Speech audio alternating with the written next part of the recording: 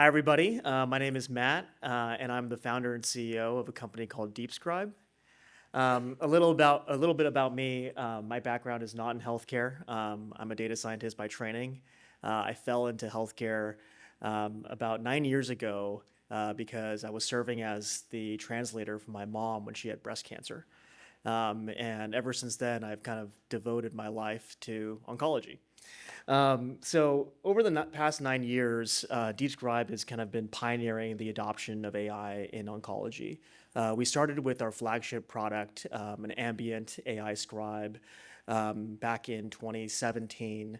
And today we have a full suite of products and solutions across the clinical workflow.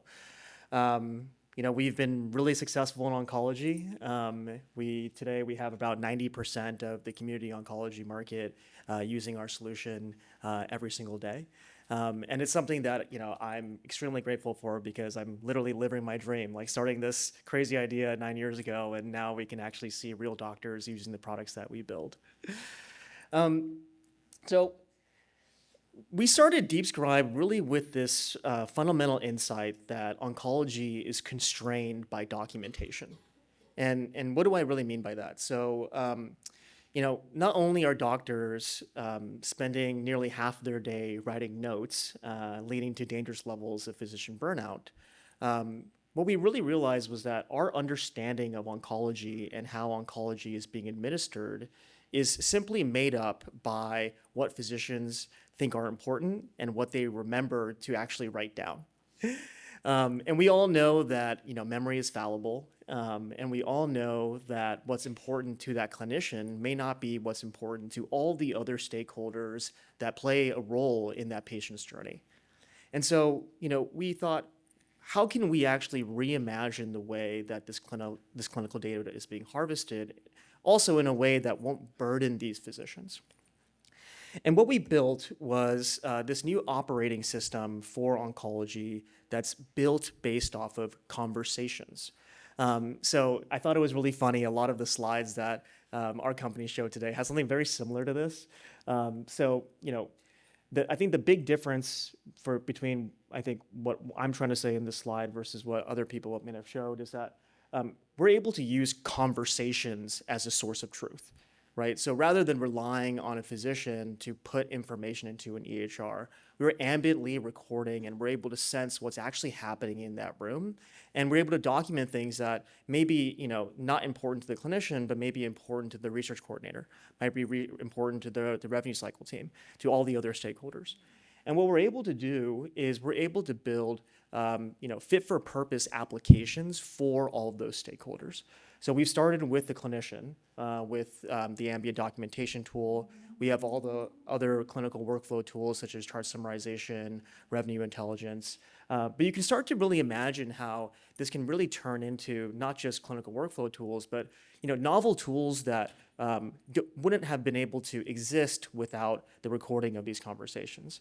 We're working on something right now where we're looking at the vocal biomarkers that patients are saying that we can sense through the conversations to do behavioral health screenings, as an example. And so it's this really interesting opportunity for us because not in the history of oncology have we really been able to record these conversations at scale. And today we do millions and millions of these conversations. Jason put up a number that's a little bit old, but by the end of this year, we'll be on a run rate to do around 10 million cancer visits by the end of this year. So it's a really amazing opportunity for us. We're really in the early innings here, but this is, I think, a core principle that all of our companies really recognize, that data is one of the most important things to be able to leverage the technologies that are available to us today. So with this ambient operating system, we're able to hopefully result in better decision making. So we're able to create this really beautiful symbiotic feedback loop where we're able to unburden clinicians from really what they hate most. Like Jason was up here talking about how much he hates documentation. We're fully scaled at Ochsner, and we get so many letters from doctors telling us that we've literally saved their marriages. In other instances, we've been told that their marriages have gone worse because now I'm going home early and they don't know what to do with me. And so we're really able to unburden these clinicians we're able to unburden these clinicians from what they hate most, and in exchange, we're able to harvest this novel data set. And with this data, we're able to generate novel insights. And what's the really unique thing happening right now is that we're starting to see a new workflow emerge. So it's not just a clinical workflow; we call it the ambient workflow. And what does that ambient workflow actually look like? Well, we can take all this ambient data, we can pass it through algorithms that are built by other stakeholders within that patient's journey, and then we're able to feed those insights back into the clinical workflow. I think that is like the really missing piece that not a lot of discourse in AI and healthcare is talking about today.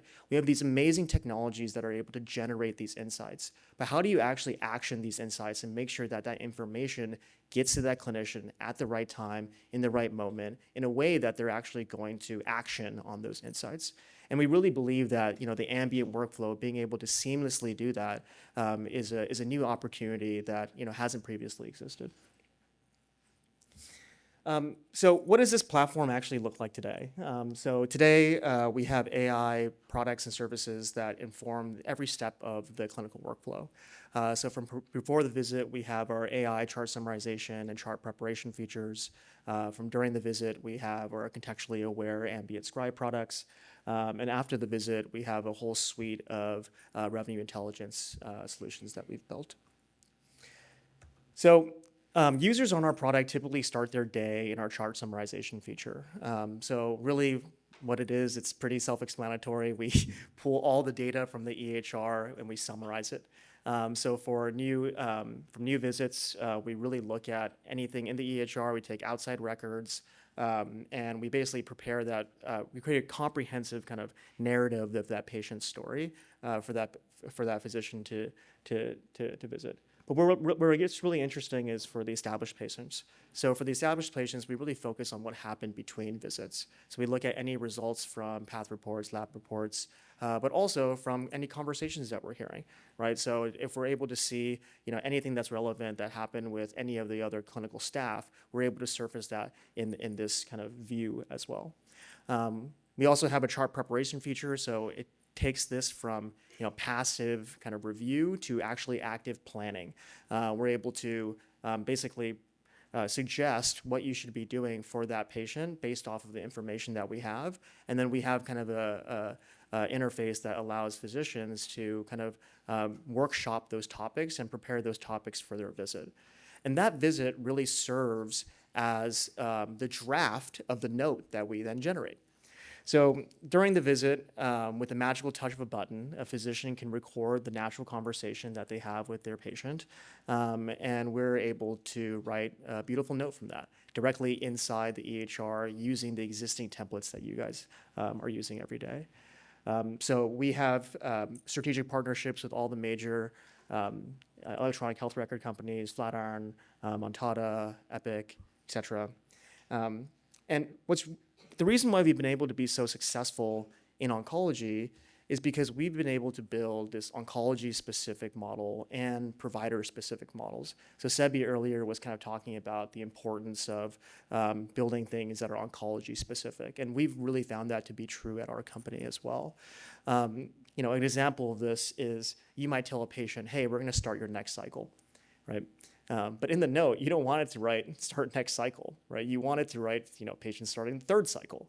And, we've been able to build products where we can actually understand the oncologic history of the patient so that when we write your note, we're able to know that we're going to write down, start the third cycle because we know that they just finished the second cycle in the past note. And so this type of workflow is unique in oncology, and that's why a lot of these other ambient scribe solutions that are building horizontally or building these generalized models aren't able to get the level of adoption that we're seeing in oncology. But we can't stop there. So oncology-specific models are important. We also build provider-specific models. As a data scientist, this was like the thing that really stumped me. I always think that there's an answer, but what we found out is that everybody loves their notes differently. And if you're not able to really accommodate and meet them where they are, they're not going to use your product. And these are little things, right? Like what pronouns you refer to the patient as. Do you use numbers or do you use bullets? Do you use You want social history above family history? Do you write short sentences, long sentences? All these little things, they might seem very trivial on the surface, but it's really the difference between whether or not someone uses your solution and doesn't. And so we've been able to do that by not only building oncology-specific models, but also provider-specific models as well. So we have a team of clinical experts that go at the elbow when we implement our solution and really learn what are the different nuances of your clinical workflow. And we empower them with really powerful internal tools that they can use to customize these models at the individual provider level. And then the last thing is right after Note is finished, we have a full suite of coding intelligence products. So we do E&M coding, HCC coding, ICD-10 coding. We actually co-developed our HCC tool with Jason back there. And so this is a really unique opportunity. The unique thing about what we do is we're able to sit upstream of everything. So typically in a CDI workflow, everything happens after the visit, right? Like the doctor writes the note, signs the chart, it gets sent to somebody. And then someone reads it and was like, you forgot to like write this thing down, and sends like an email back to the doctor. And then if you ever talk to a doctor, they hate queries. Like that's the last thing they want, right? And what's unique about our position is because we actually draft the note, rather than having to do this stuff retroactively, we can do this upstream and integrate the CDI processes directly in the note generation pipeline. So really what that means is rather than try to fix the mistakes after they happen, we can avoid these mistakes in the first place. And that's really the power of why we believe that we're in a really good position to also offer these types of solutions. And so, at DeepScribe, we really believe that the value that we can create from the ambient operating system far outweighs just the value that we create from just saving our clinicians' time with our ambient documentation tool. And we believe that the value that you can capture on the operating system is limited by the level of adoption that you have on the people using your ambient scribe solution, right? So if the whole thesis is that we need to record these conversations and no one's recording these conversations, how are you going to be able to accomplish that? And so our North Star metric at DeepScribe is really clinician adoption. And we're really proud to say that we lead the industry by this. So our average adoption rate is around 85%. Our most recent enterprise deployment at Florida Cancer Specialists, we got around 95% clinical adoption in the first 90 days of implementing our solution across the entire system. And we're really proud of this. And this compares to the industry. Right now I have on the slide 40%. This is the average adoption of ambient scribes in a primary care setting. The latest research by CLAS shows that the average adoption rate in oncology, specifically for ambient scribes, is 13%. So the difference between getting 13%, 85, 95% adoption is really in the things that I've kind of shared with you earlier. It's how do you build specialty-specific provider-level models? How do you build deep integrations with these EHRs so that we can really understand the oncologic history of these patients? And third, it's how do you have a very strategic change management approach where you can swallow your pride and admit that the best technology just doesn't win.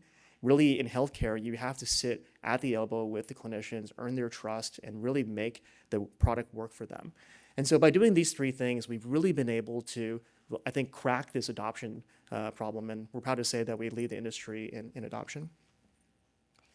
And this is all, the proof is in the pudding, like they say. So this is an abstract that we published in the Journal of Clinical Pathways. We not only were able to show that we can generate, industry-leading levels of adoptions and save clinician time, but what was really interesting about this paper is we also observed how we're able to improve the quality of the documentation, right? So we were able to show that we were able to increase the capture of social determinants of health by 45%. We're able to increase the capture of comorbidities by 22%. We're able to increase the number of diagnoses captured by 16%. And I was looking at this, and frankly, I actually asked the oncologist that kind of did this with us, and I was like, I was shocked by these numbers. And what they told me was, Matt, these oncologists, they almost become their primary care physician. And but when they're writing these notes, they only care really about the cancer.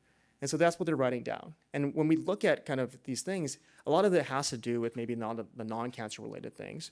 But I think it's really important because, it's based off of our thesis at DeepScribe. A lot of these things really matters about the patient's life context. when I talk to oncologists, they tell me about 15, 20% of patients actually fit into the guidelines, right? What happens to the other, 80, 85%, right? Well, I think it's the life context. And how, as a clinician, do you remember all this life context for every single person that you're talking to? I think for the first time ever, we actually have an opportunity to fix that. So anyways, I told you I'd keep it short. This is what we're doing at DeepScribe. Thank you for your time, and hopefully we have time for QA. Use the microphone. Yep, sorry. Here, I should give it to you. Yeah, so for me, the goal of AI is to automate the ordinary and then humanize the extraordinary. So what are each of y'all companies doing to humanize the extraordinary?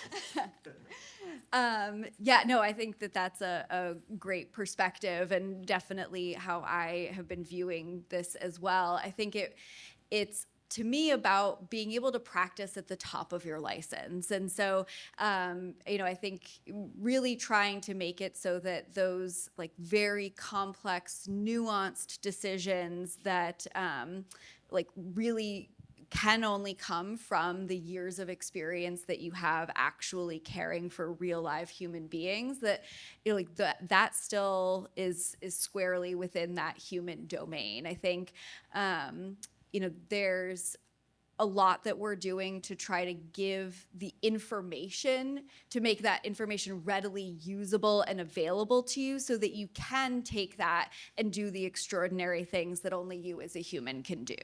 I think that like using AI provides kind of this foundation, like where we're bringing the floor up, but you're still the ceiling. The human being is still in charge of what is the most that we can do. We're just trying to make that easier in some ways, and make it so that you can kind of perform the extraordinary things that I'm sure you do on a daily basis. I love this question. So, one of the things that like I learned when I was advocating for my mom and translating for her during her treatment is that the care that you receive is the care that you perceive. And, what I found a lot when we were talking to doctors is that sometimes you have the best doctors on paper and they're seeing the most patients and like everyone's looking at them like, how do they work so much? They're usually the ones doing that at the cost of the perception of care that the patient is receiving. And, I think one of the beautiful things that we've noticed when we deployed our solutions is we're actually able to humanize the care that these best doctors are providing their clinicians because they're able to give them their undivided attention. Like, if you take a picture of before we implement our product, this is what it looks like. Like, Jason's the patient, I'm the doctor, and I'm looking at my computer and I'm talking to him like this. After, we turn the chair back to the patient, right? And I think that's a lot of the amazing feedback that we get from doctors is like, wow, I'm really able to give the undivided attention to my patient. And some time motion studies that we've done, what we've actually seen is that we're actually able to reduce the total time of the visit, but we're actually able to increase the total time that the doctor is like talking to the patient in that visit. So like we're able to shorten the time, but also receive more face time with the patient during that visit, because we're able to automate all the work that they would have otherwise would have had to look at the computer to do. So just a small example, but I love your question. I think there's a question over here. Hi, thank you. Matt, this is fantastic. I am a clinical trials coordinator. At least that's my background, and now I'm a supervisor in a cancer center. And so my question is, you talked a lot about providers and adoption with providers, but what about the other professionals that are involved with cancer care that are also overburdened by documentation? I feel like Sevi would be a better person to answer this question, but so I think the core principles are consistent, right? Like you need products that work for people. Like right now, when I talk to research coordinators, that when I look at their workflow, there's nothing that was built for them, right? Like they're going to the EHR, they're trying to do chart reviews, then they're like going to Excel and like logging adverse events, and then pulling up all the different EDCs and then putting all the data in. It's like there's no product that was actually built for them. And so what I think is like, the thing that we believe is like you need to build things that are fit for purpose, right? Like we've built something fit for purpose for the clinical workflow for our providers. We're starting to build things for the revenue cycle teams. I'm pretty sure, I haven't seen Sebi's product, but I'm sure that's built specifically for people that are doing these clinical trials, right? But at the end of the day, I think the change management is the most important thing, right? Like the humble lesson that we learned at our company is that the best technology doesn't win. Right, you need to have extremely thoughtful change management approaches, and the way that we've solved that is by doing the unscalable of sending people to these clinics at the elbow with the users of the product, and really kind of build that trust with the solution, and customize the model and take their feedback and be able to iterate it as quickly as you can. But Seth. Yeah, I mean, I completely agree, and I think there's potentially a delineation kind of in the process, between Matt's work on scribing and then kind of almost everything else downstream, which is, what Matt and the team at DeepScribe have done is obviously, create a huge unlock for the provider, but then it's also created a huge increase for some of the work that we do when we think about trial matching and all the downstream use cases, because now we're getting better inputs. And so we've talked a lot today about how data in is what you're going to get out. And so when we're getting cleaner data in from these notes, we're getting more information shared into the process. Those are things that we can then use downstream. And so when we think about what's happening downstream, I think we have surmised a lot of the next step processes, research coordinator work, other provider staff work, into this idea that in some way, shape, or form, you're having to review charts, and that's a very manual, time-consuming, and inefficient process. And so we've really rooted the core of our problem solving around eliminating manual chart review by understanding as holistically as possible the longitudinal patient record. From there, we now have the capability, and this is where the problem really gets complex. We can understand the patient chart. Where the problem really gets complex is, can we put that understanding into the workflow of our end user? And as Matt rightly said, it has to be fit for purpose. It has to be understood by how things are being done today. I think in some of the conversations earlier, the last advents of technology, algorithms, predictive modeling, those are rigid. So there is no contextualization that you can add to an algorithm. The algorithm is the algorithm. The advent that you get from generative AI and the ability of some of these language models is to be able for it to learn and for it to be able to understand your specific end user workflows, as Matt described, and how physician preferences are done. The ability to, without having to completely change the foundations of your technology, be able to create that customization and to be able to create the insights of those workflows tailored to exactly what it is you're doing as a research coordinator, without having to kind of, every time you do that personalization or customization, start from scratch. All right, so it's 11:27, so we may take one more question. And okay, from the back over there.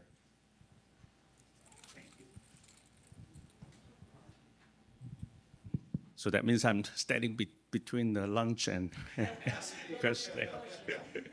I'll be succinct. I'm new to New Orleans, Patrick Ma. I'm a practicing medical oncologist, new to the city.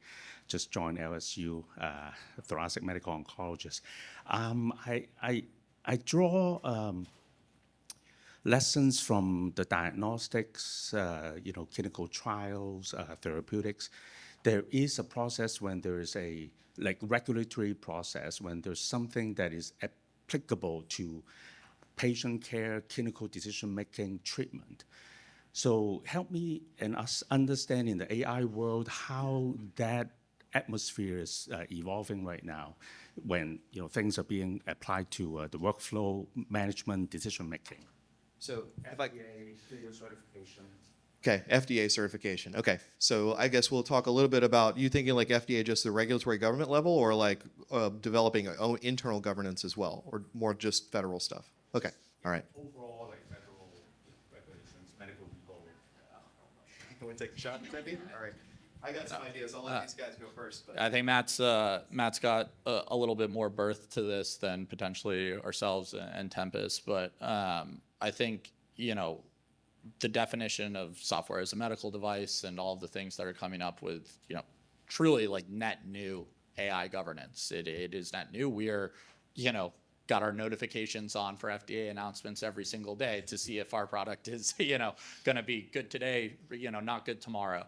But I think, you know, ultimately, at least at this point, I think a lot of the workflows we've talked about today, especially the ones in the context of assisting providers, whether that be, you know, a physician or a research coordinator or anyone else, I think we have been building, will continue to build, and hopefully, you know, for many, many more years, we'll continue to build workflows with the context of assisting physicians to make decisions, not to make decisions in vacuums or independently.